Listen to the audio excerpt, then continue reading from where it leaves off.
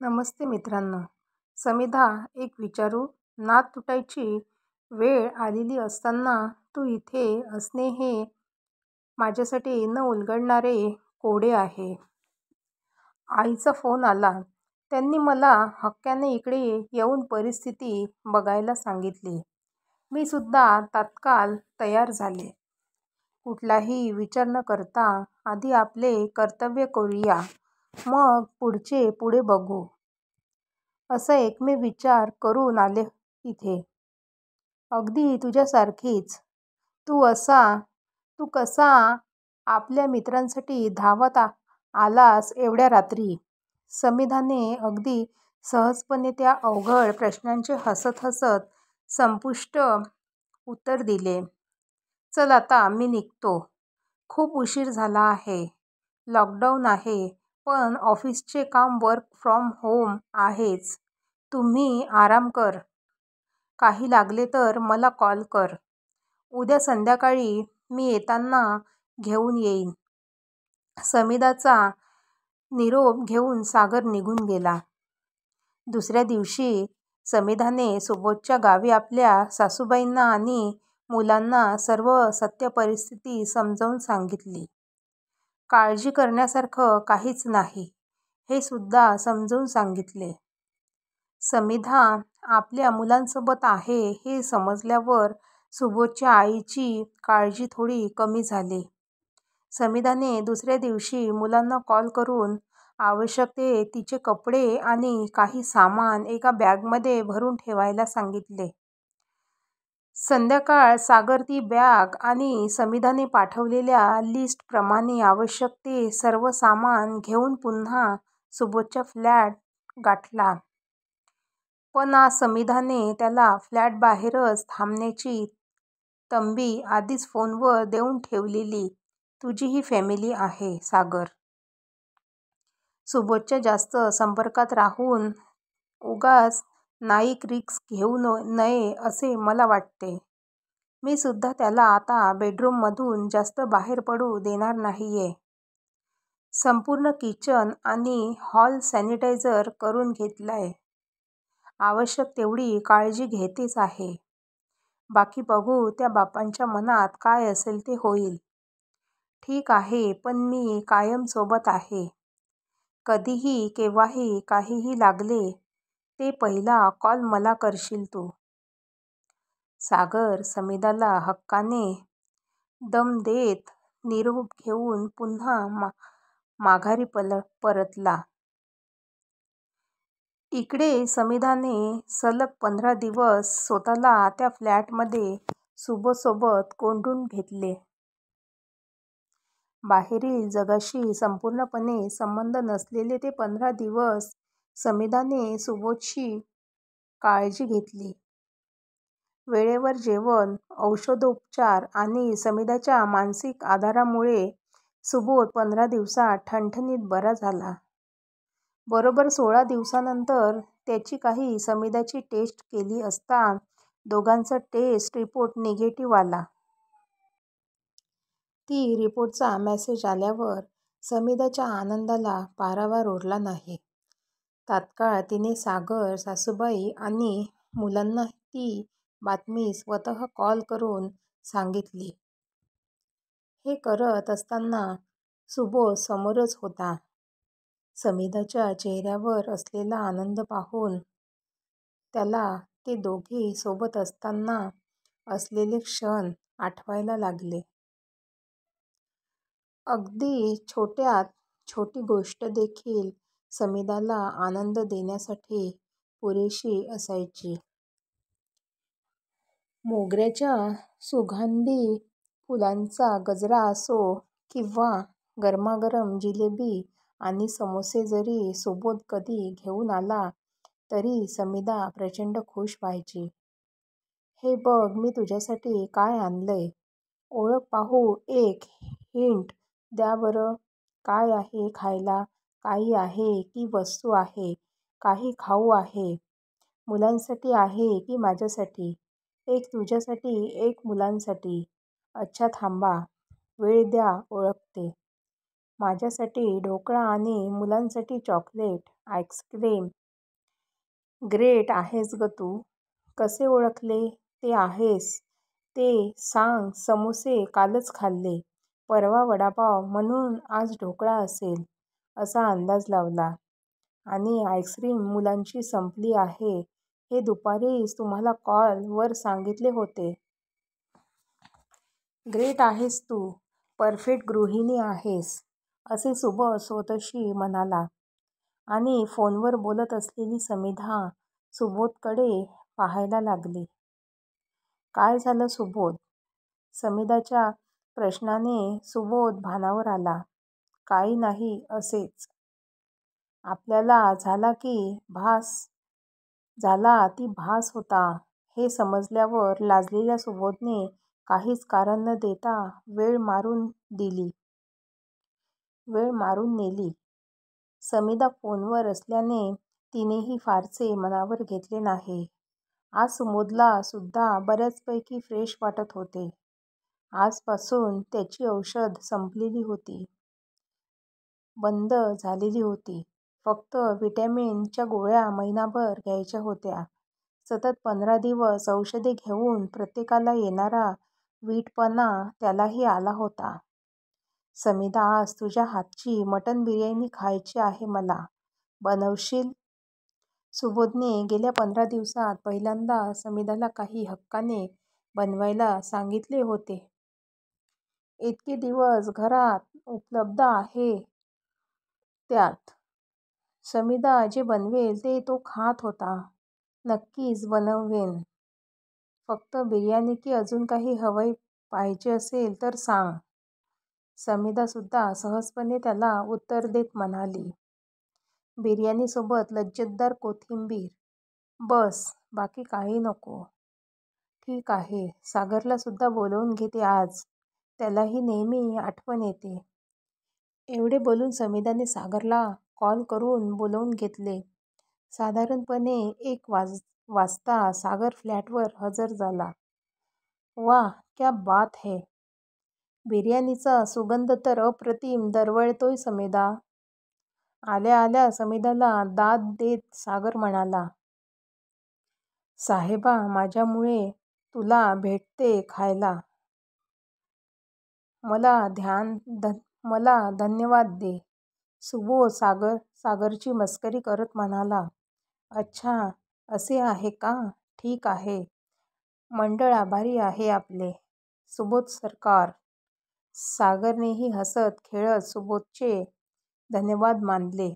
बाकी तब्येत कशी आहे तुझी सुबोध? बरं वाटतंय ना? एकदम फिट अँड फाईन, फिकर नॉट. काही वेळाने तिघांनी मटण बिर्याणीवर गप्पा मारत मारत ताव मारला. बऱ्याच दिवसांनी अशी 3 खास मित्रांची मैफिल जमलेली. जणू काही गेले 2 वर्षे ते एकमेकांपासून लांब गेलेच नव्हते. शाळा आणि कॉलेजमधील मित्रांचे असे असते. भेटीमध्ये कितीही गॅप पडला तरी जेव्हा केव्हा भेटतात तेव्हा जुन्या आठवणींना उजाळा देत पुन्हा नव्याने भेटतात. शाळा कॉलेजमधल्या मैत्रीत एक वेगळी जादू असते. सर्व दुःख वेदनेवर क्षणात फुंकर मारायची ताकद असते त्या मैत्रीत. जेवण आणि भरपूर गप्पा झाल्यावर सागर काही वेळाने त्याच्या घरी निघून गेला. समिधा आपल्या घरकामात व्यस्त झाली. सुबोध आराम करण्यासाठी बेडरूममध्ये निघून गेला. रिपोर्ट निगेटिव्ह आल्यानंतर सुद्धा सुबोधला थोडा वीकनेस जाणवत होता. त्यामुळे समिधाने अजून काही दिवस तिथेच राहायचे ठरवले. साधारणपणे आठवडाभर नंतर एक दिवशी सकाळी समिधा आपली बॅग भरत असलेली पाहून सुबोधला कळून चुकले की समिधा आज घरी परत जाणार. समिधा हक्काने थांबण्याचा अधिकार तो केव्हाच गमावून बसला होता. त्यामुळे इच्छा असूनही काही बोलला नाही. सुबोधच्या मनाची घालमेल समिधाच्या नजरेतून सुटली नाही. बॅग आवरत असताना हॉलमध्ये घुटमळत असलेल्या सुबोधच्या मनात काय सुरू आहे हे तिला समजले. बॅग आवरून झाल्यावर समिधा सुबोधसोबत बोलण्यासाठी हॉलमध्ये आली. सुबोध, 21 दिवस झाले. तुझी तब्येत सुद्धा बरी आहे. आता मला घरी जावे लागेल. मुलांना सोडून कधीच अशी एवढे दिवस राहिली नाही. जीव कासावीस होतोय माझा. कधी एकदा प्रत्यक्ष पाहते असे झाले आहे. काळजी घे स्वतःची. पुन्हा काही गरज वाटलीस तर केव्हाही थेट मला किंवा सागरला कॉल कर. आम्ही आहोत तुझ्यासोबत कायम. समिधाने सुबोधला धीर देण्याचा प्रयत्न केला. तू खूप केलंस माझ्यासाठी. तेही आपलं नातं अशा टोकाच्या वळणावर असताना. नाहीतर माझी मैत्रीण फक्त मला कोरोनाची लागण झाले हे कळल्यावर तात्काळ इथून पसार झाली. पण तू मात्र अगदी विरुद्ध दिशेने आलीस आणि सगळं सावरून घेतलंस. कदाचित तू आणि सागर नसते तर माझं ह्या फ्लॅटमध्ये काय झालं असतं ते देवालाच माहीत.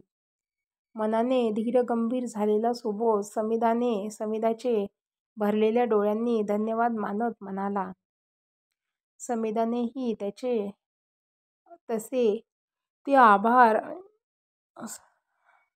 साश्रू नयनांनी काहीही न बोलताच स्वीकारले. डोळ्यांची भाषा डोळ्यांनी ओळखली होती. चल बाय, निघते मी. एवढे बोलून समिधा आपली बॅग घेऊन निघाली सुद्धा. समिधा, आपण पुन्हा एकत्र येऊ शकतो का? जाता जाता सुबोधने त्याच्या मनात गेले 20 दिवस घोळत असलेला प्रश्न समिधाकडे छेडला. जायला निघालेली समिधा जागीच थांबली. अनपेक्षितपणे समोर आलेल्या ह्या प्रश्नाला उत्तर काय द्यावे हे तिला समजेना. आता तू भावनिक आहेस. भावनेच्या भरात काहीतरी बोलत आहेस. आपला घटस्फोट असा तडकाफडकी होत नाहीये. गेले 2-3 वर्षे एकमेकांचे तोंड सुद्धा पाहण्याची इच्छा नसलेल्या जोडप्यासारखे आपले नाते झाले आहे. आता पुन्हा तेच सगळं अशक्य आहे सुबोध. तरीही मी 1 आठवडाभर विचार करते आणि कळवते. स्वतःला सावरत समिधाने सुबोधला उत्तर दिले आणि पुढे काहीच न बोलता निघून गेली. सुबोध तिला पाठमोरी बघत राहिला. पण थेट जाऊन समिधाला अडवण्याची हिंमत त्याने दाखवली नाही. आता समिधा 1 आठवड्यात काय निर्णय घेते ते पाहण्याशिवाय त्याच्याकडे काहीही पर्याय शिल्लक नव्हता. घरी जायला निघत असताना सुबोधने अनपेक्षित पुन्हा एकत्र येण्याबाबत केलेल्या प्रस्ताव संदर्भात समिधाला थोडाफार अंदाज आलाच होता. असे काहीतरी होईल म्हणून. त्यामुळे काही क्षण विचार करून तिने सुबोधकडून आठवडाभराचा वेळ मागून घेऊन तात्काळ उत्तर देण्याचे टाळले. घरी जवळपास 20 दिवसांनंतर आलेली समिधा आल्या आल्या मुलांना जवळ घेत तिने घट्ट मिठी मारली. दोन्ही मुलांना जन्म दिल्यापासून फार तर 4 दिवस मुले कुठे सुट्टीला गेली असतील तेवढाच काय तो दुरावा तिला माहीत होता. पण सलग 20 दिवस मुलांशिवाय ती कशी राहिली हे तिलाच माहीत. मम्मी कसे आहेत पप्पा आता? लेकीने बापाच्या तब्येतीची विचारपूस केली नसती तरच नवल वाटले असते. समिधाला मस्त एकदम ठणठणीत बरा करून आली आहे तुझ्या पप्पांना. हवं तर कॉल करून बघ एकदा. समिधा मुद्दाच्या काळजीप्रधान प्रश्नाला उत्तर देत म्हणाली. तू म्हणतेस ना म्हणजे खात्री करण्याची गरज नाही ग. तब्येत जर ठीक नसती तर आलीच नसतीस तू अशी घरी हसत हसत. मुद्दा आपल्या आईकडे कौतुकाने पाहत म्हणाली. बाळ मोठे झालंय माझं. समिधा मुग्धाला जवळ घेत म्हणाली. सार्थक तसं हे सगळं समजायच्या वयात नसल्याने त्याला फारसे दोघीचे बोलणे कळले नाही. मम्मी घरी पुन्हा आली आहे एवढा आनंद मात्र त्याच्यासाठी पुरेसा आहे. मम्मी पप्पांना ती मीना खरंच सोडून गेली का गं? मुग्धाच्या ह्या प्रश्नाने मात्र समिधाला धक्का बसला. बहुतेक हिने मावशीचे कुणाबरोबर तरी फोनवर केलेले बोलणे ऐकले असावे हे समिधाला तिच्या प्रश्नावरून तात्काळ समजले. तिने नाराजीच्या नजरेने तिच्या बहिणीकडे सविताकडे पाहिले. सविताने समिधा काही बोलण्याआधीच मान खाली घातली होती. मित्रांनो, तुम्हाला ही स्टोरी कशी आवडली तर तुम्ही मला कमेंट करून नक्की सांगा. मी नेक्स्ट स्टोरी तुमच्यासाठी नक्कीच घेऊन येईल. थँक्यू.